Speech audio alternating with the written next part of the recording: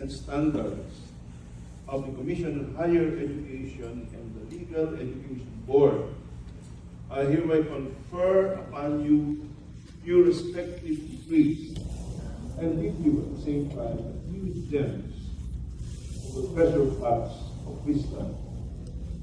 It is never too late to climb higher.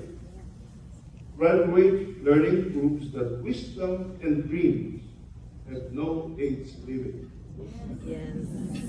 Every degree earned later in life is a reminder that true education is timeless.